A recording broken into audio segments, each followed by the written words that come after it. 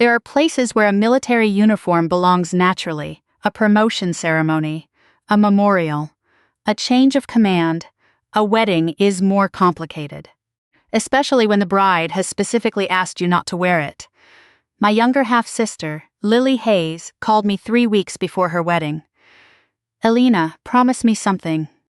"What?" "No uniform." I was sitting in my office at Cedar Ridge when she said it.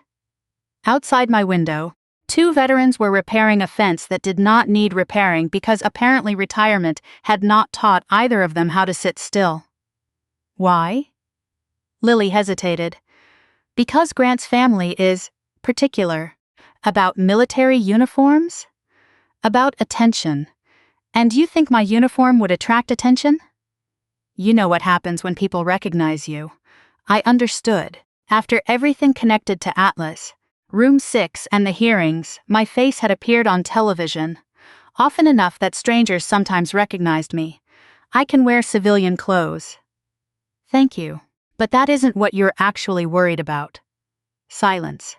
"Lily, Grant's father doesn't like you. I've never met him. He knows who you are. That is different. He thinks you embarrass the government." That almost made me laugh. "Which part?" "Elena, I'm serious. There have been several." "Please." Her voice softened. "I just want one day where our family isn't a headline." That sentence changed my answer. "All right. Really? No uniform." She exhaled. "Thank you." Then she added, "And maybe don't interrogate anyone." "I don't interrogate people at weddings." "You interrogated Brooke during Uncle Daniel's memorial." "That was technically after the ceremony." "That distinction is exactly why I'm worried." I smiled. "I'll behave. I meant it. At the time." Grant Whitmore came from one of those families whose name appeared on buildings. Whitmore Hall, Whitmore Medical Pavilion, Whitmore Center for Leadership. His father, Harrison Whitmore, had made a fortune through logistics and contracting. Grant worked for the family company, Whitmore Strategic Systems. As vice president of government programs, Lily met him at a veterans charity event 2 years earlier. She was not military. She taught physical therapy at a rehabilitation hospital. Grant was charming, educated Poffern, and, according to my mother, the kind of man who knows exactly when people are watching. I did not immediately dislike him. That would have been easier. He was good with Lily. He remembered my mother's birthday. He sent flowers after Uncle Daniel died. He once drove 4 hours to help Lily move a patient's donated wheelchair equipment when the delivery company failed. People are rarely one thing. That is what makes betrayal possible. The wedding would take place at Ashford Estate outside Alexandria, Virginia. 300 guests, former senators, military contractors, doctors, executives, several retired generals. I arrived wearing a dark navy dress, no medals, no uniform, no red beret. My mother stared at me when I entered her hotel room. "You own civilian clothes." "Apparently. I assumed the army issued you pajamas with rank insignia." "Only for colonels." She laughed, then her expression changed. "You look nervous." "I've been shot at with less anxiety, because bullets usually announce what they want." "Exactly." She adjusted the collar of my dress. "Lily loves him." "I know. You don't trust him." "I haven't said that. You looked at his company's financial filings. That does not mean I distrust him." "Elena, fine. I looked at her. I don't trust his father." "Why?" "Whitmore Strategic had 3 contracts suspended last year. 4 billing irregularities." "Grant involved?"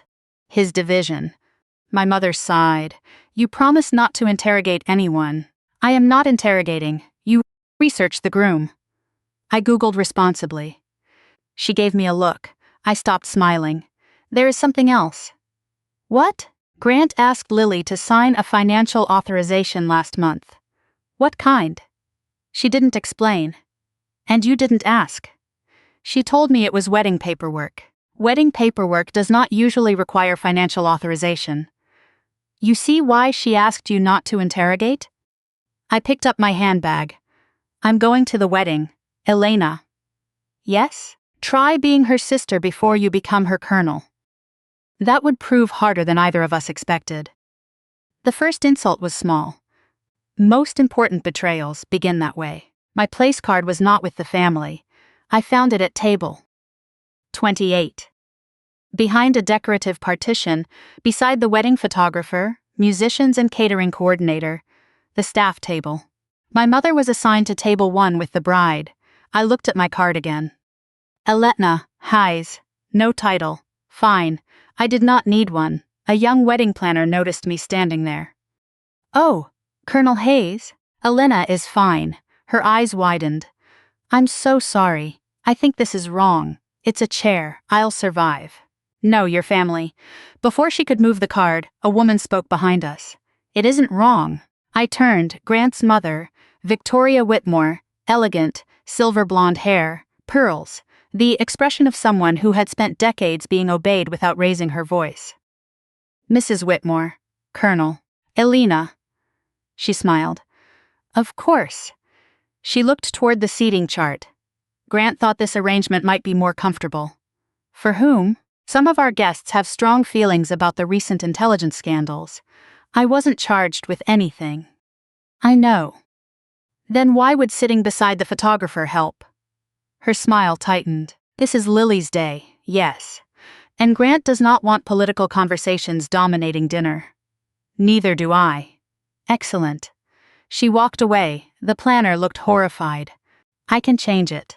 No. But, leave it. I sat beside the photographer. His name was Kevin. He offered me a bread roll. Family? Apparently not tonight. He laughed because he thought I was joking. I let him. Across the ballroom, Grant spotted me. He did not look surprised. That answered one question. Lily had not arranged my seat. Grant had. I did not confront him. Not yet. I remembered my promise. Be her sister first. Colonel second. Then Harrison Whitmore arrived. Grant's father was 71, tall, silver-haired, and still built like the college athlete his biographies loved mentioning. He stopped when he saw me. So you're Elena Hayes, I'm told. He extended his hand. Harrison Whitmore. I know. I imagine you do. He smiled. My company appeared in some of your hearings.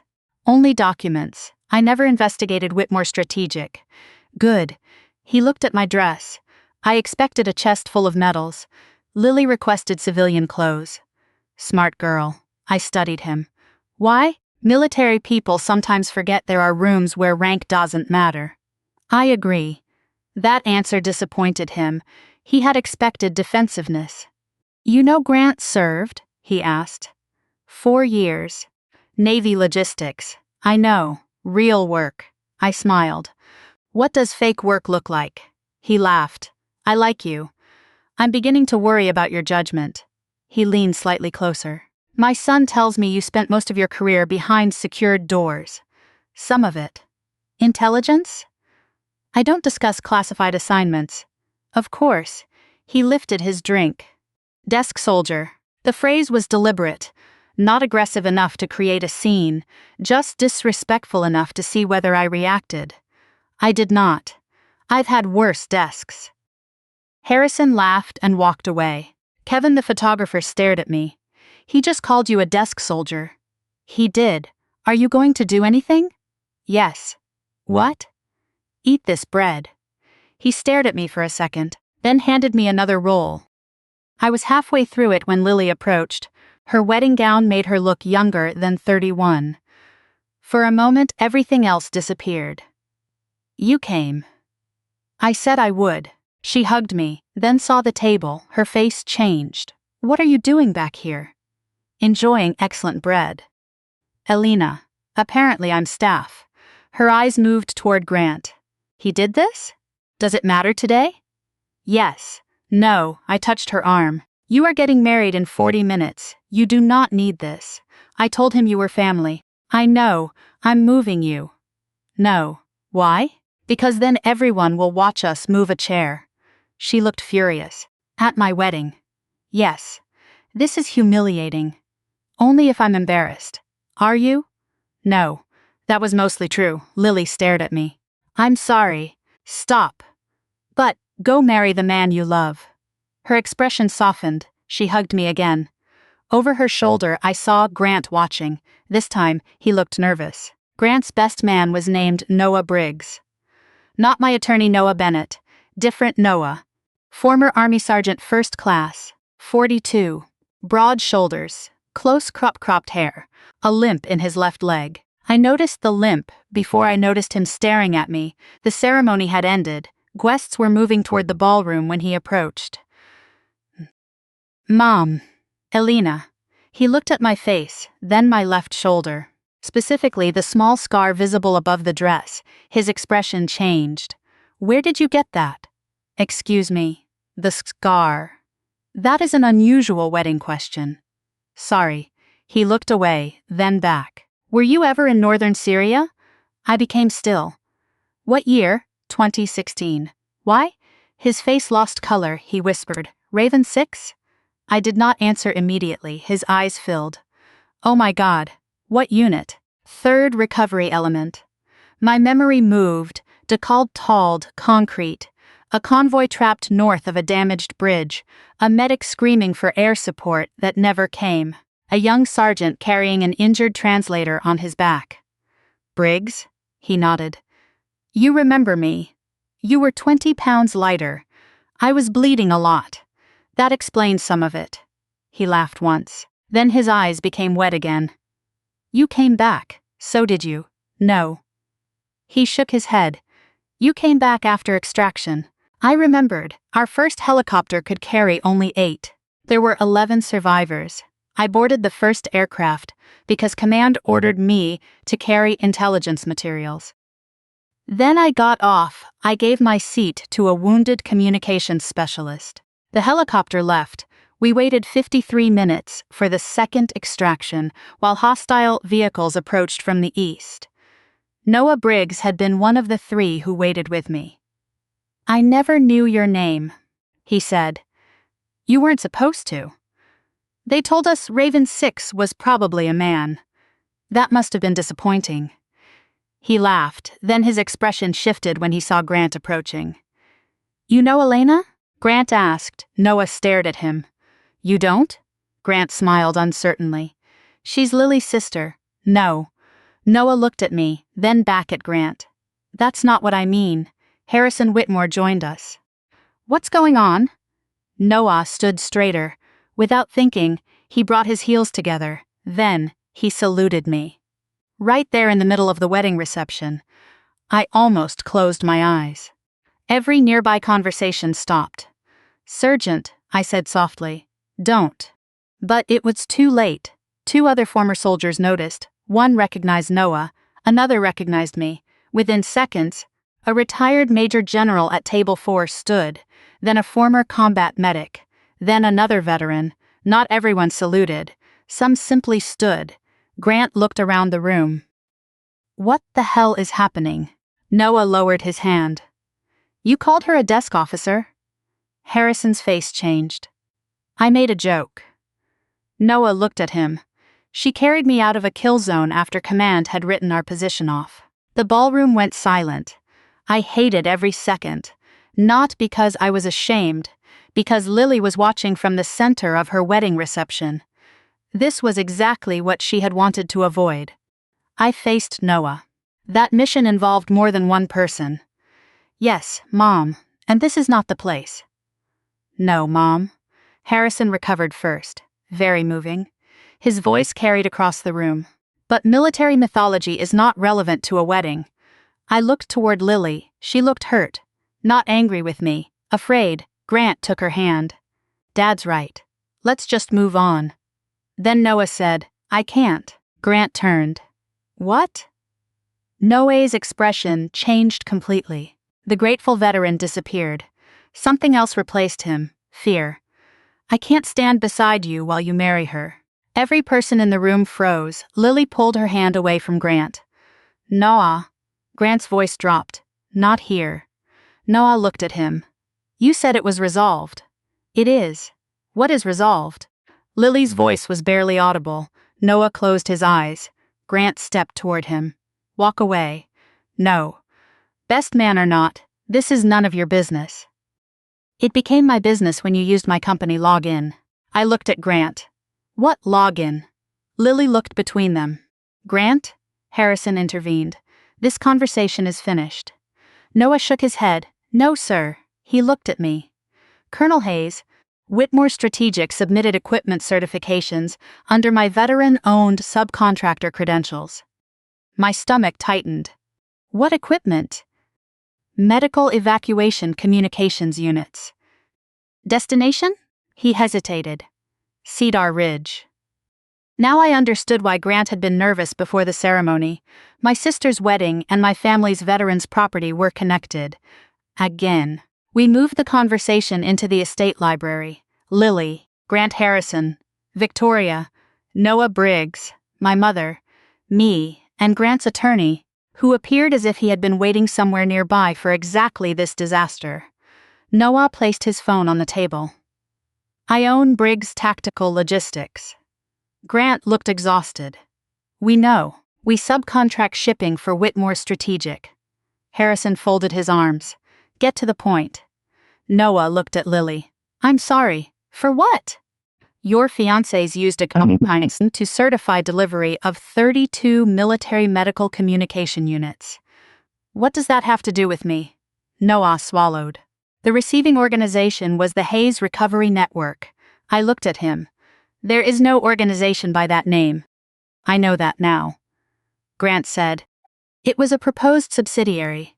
Of what? I asked. Cedar Ridge. You have no authority over Cedar Ridge. Lily does. Every eye turned toward her. She shook her head. No, I don't. Grant looked at her.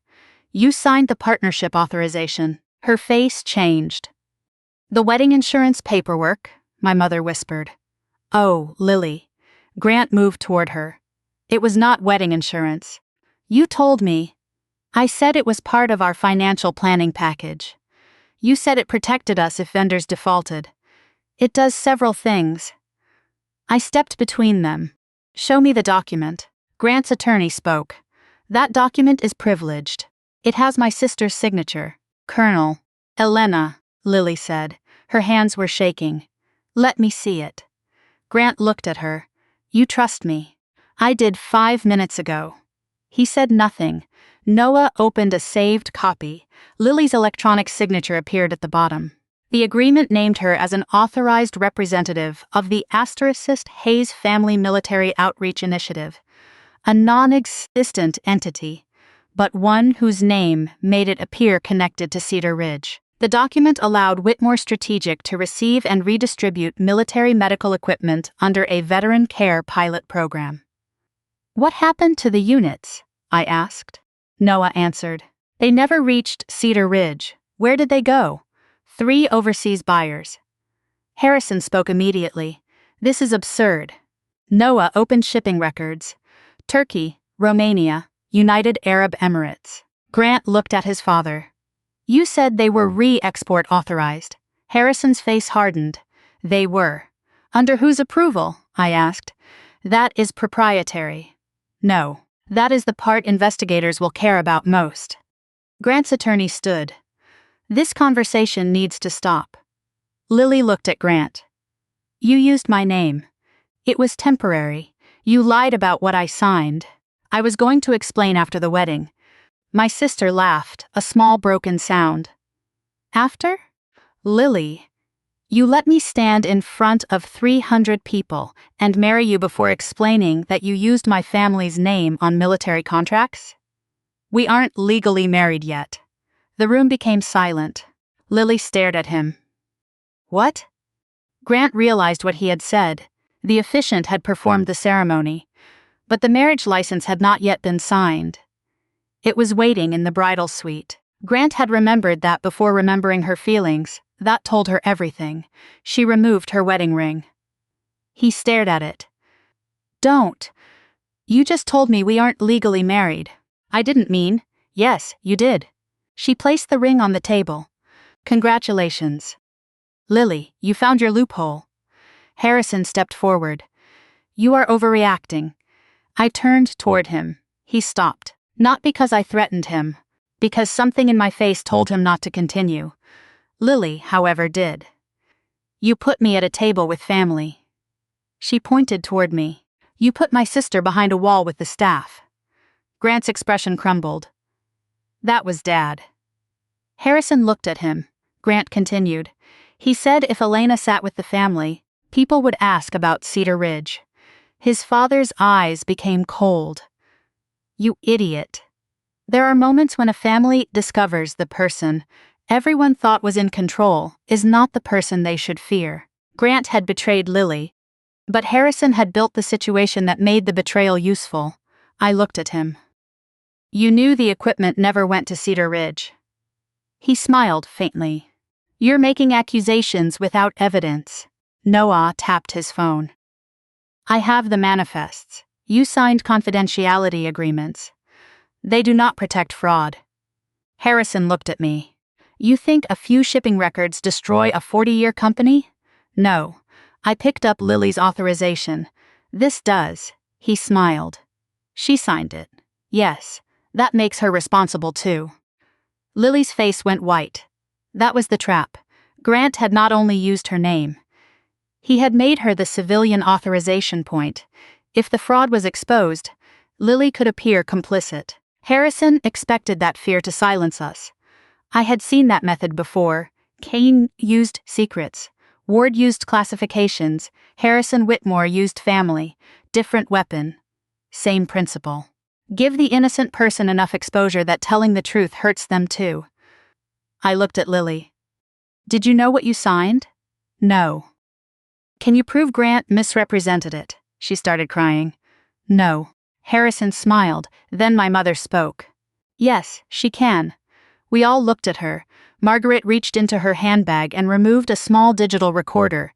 Lily stared. Mom, I'm your mother. That does not explain why you record weddings. I didn't. She looked at Grant. I recorded him.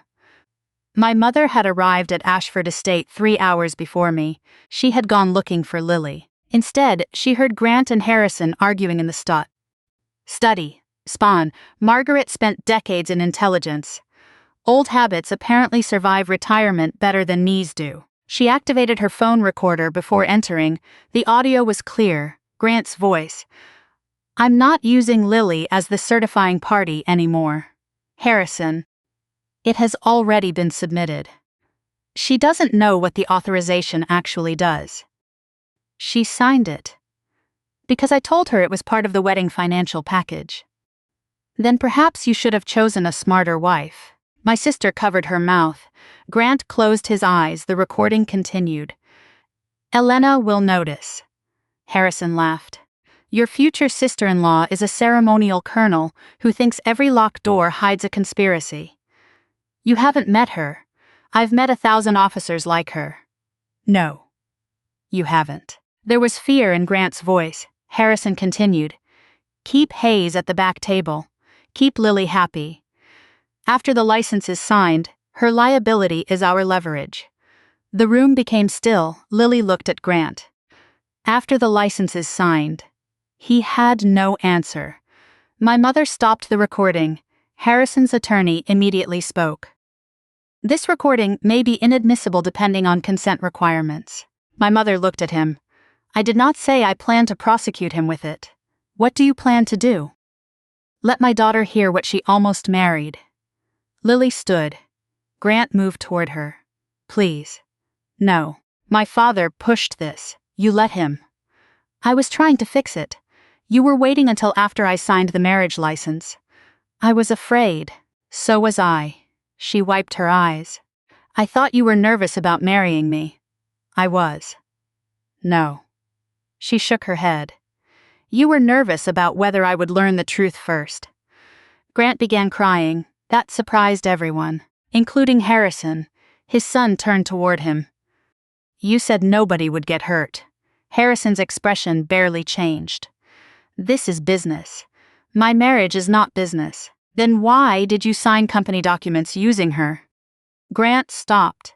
His father had turned on him instantly. The usefulness had ended. Loyalty followed. Grant looked at me.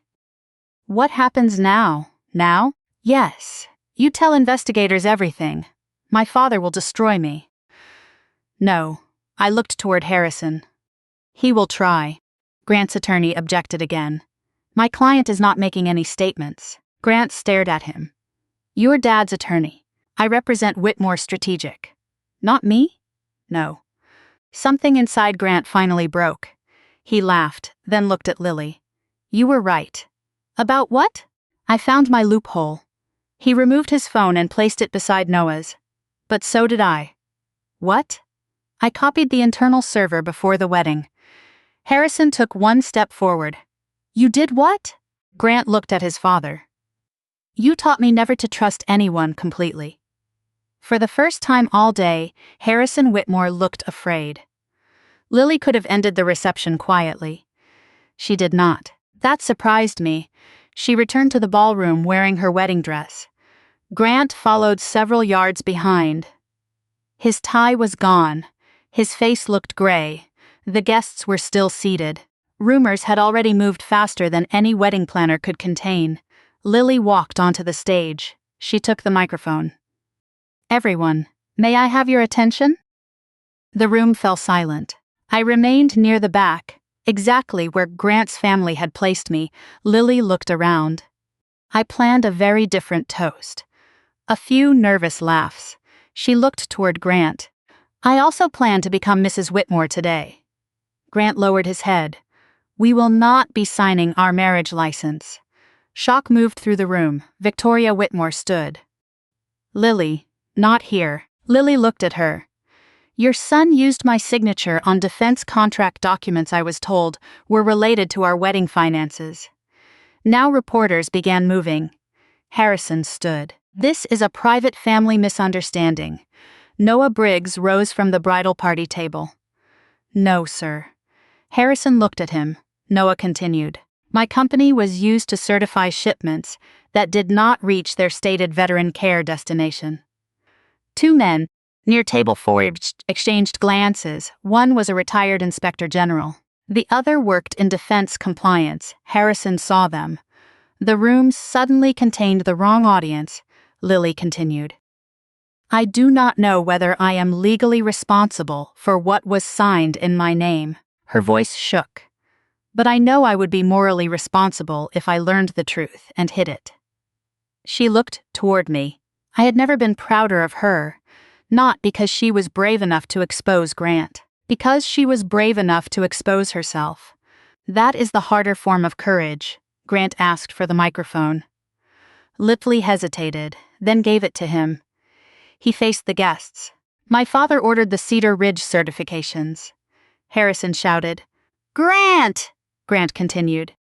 I participated. His voice cracked. I told Lily the operation was part of a financial planning package. It wasn't. His mother began crying. Grant looked toward Lily. I loved her. She said nothing. I still do. Silence. But I used the fact that she trusted me. He handed the microphone back. There was no applause. There should not have been. Confession does not erase betrayal. It only stops the betrayal from growing. Then Harrison walked toward the stage. His expression had changed from polished executive to furious father. You think this makes you honorable? Grant looked at him. No. You just destroyed thousands of jobs. No. You destroyed this family. Grant looked toward Lily. I almost destroyed hers. Harrison turned toward me. And you. I had not moved. This is what you wanted, isn't it? No. You walk into every room and turn people against each other. Your son copied your server before I arrived. You think wearing medals makes people believe you. I'm not wearing medals. That landed harder than I expected. He looked at my navy dress, then around the ballroom where several veterans were still standing near my table. You enjoy this? No. What? Being recognized. I looked toward Noah Briggs. He recognized someone who came back for him, then toward Lily. She recognized someone who used her. I faced Harrison again. Those are different kinds of memory. His jaw tightened. You're a desk soldier with a talent for drama. Noah Briggs stood, then another veteran, then the retired Major General. This time I raised my hand. Please sit. No one moved. I turned toward them. That is an order I'm no longer technically allowed to give. A few people smiled. Then they sat, all except Noah. He looked at Harrison. You want to know why I stood? Harrison said nothing. Because when our first helicopter came, she gave up her seat. Noah pointed toward me. She had the classified material. She had the authority. She had every justification to leave. His voice strengthened, but 3 of us remained, and she remained with us. He looked toward Lily. That is what your sister does. I almost stopped him, then I saw Lily's face. She had spent years hearing that my absences meant I chose career over family. Now she was hearing something different. Sometimes service is absence. Sometimes absence is the price of standing beside someone else when they cannot leave. That did not erase the birthdays I missed. It did not erase Daniel's hospital room. But it made the story larger. Lily looked at me. You never told me. There are many things I cannot tell you. This one? I didn't think it mattered. Her eyes filled. It mattered to me. Another family mistake, assuming people know.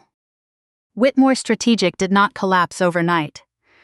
Real life is rarely that efficient. Federal investigators seized contract records. Grant entered a cooperation agreement. Noah Briggs turned over the shipping manifests and his company authentication logs. The Cedar Ridge name was cleared. Lily was formally identified as a deceived signatory, rather than a participant. After investigators verified Grant had misrepresented the documents to her. Harrison Whitmore resigned as CEO while the board conducted an independent review. 3 executives were suspended. 2 overseas buyers were linked to unauthorized resales. The medical communication units were eventually recovered. Harrison was charged months later with conspiracy, false statements, and procurement fraud. Grant also faced charges. Lesser, but real. He did not ask Lily to wait for him. That may have been the first loving decision he made after betraying her. Lily moved back to Colorado. For the first month, she barely left my mother's house. One evening, I found her sitting on the kitchen counter eating cereal from the box. You have a bowl. I'm divorced without technically being married. That seems like the most reasonable exemption. She handed me the cereal. I took some. Do you hate him? I asked. No. That surprised me. I hate what he did. Different thing. Yes. You still love him. She stared at the cereal box. Part of me. That part doesn't make you stupid. He lied to me. Yes. I should hate him. No. She looked at me. You always make morality inconvenient. Occupational hazard. She smiled faintly, then asked, Did you know before the wedding? About the fraud? Yes.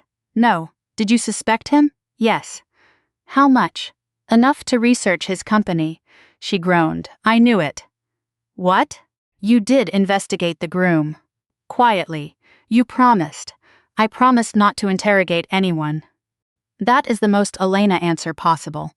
We sat quietly, then she said, I was embarrassed by you. I looked at her. Before the wedding. I know.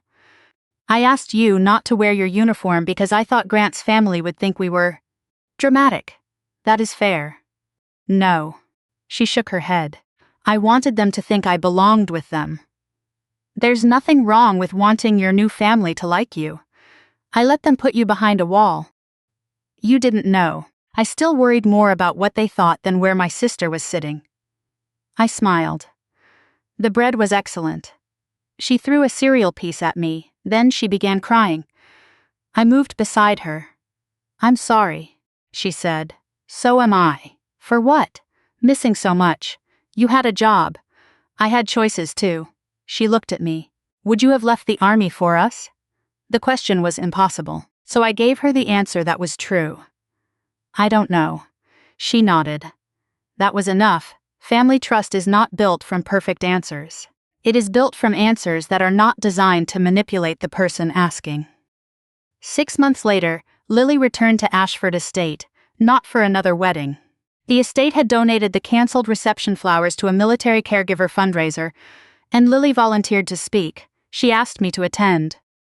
In uniform? She looked at me. Please. So I wore it. Army service dress, nameplate, ribbons. No red beret, no attempt to become a headline. When I entered, people looked. Some recognized me. Most did not. That was fine. Noah Briggs stood near the stage. His limp was worse in cold weather. He hugged me without asking. Still inappropriate to salute at receptions? He asked. Yes. Good. He saluted anyway. Lily laughed. Then she walked toward the microphone. My sister once told me that trust is not the absence of doubt. I looked at her. I had no memory of saying that. She continued. It is what someone does after doubt gives them a reason to ask questions. Definitely not me, probably Mom. Lily smiled toward me.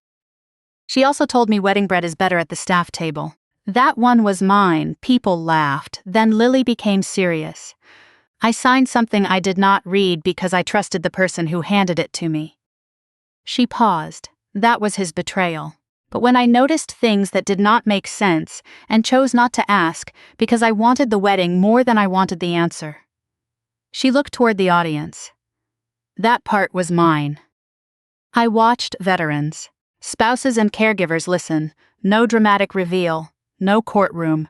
No secret bunker.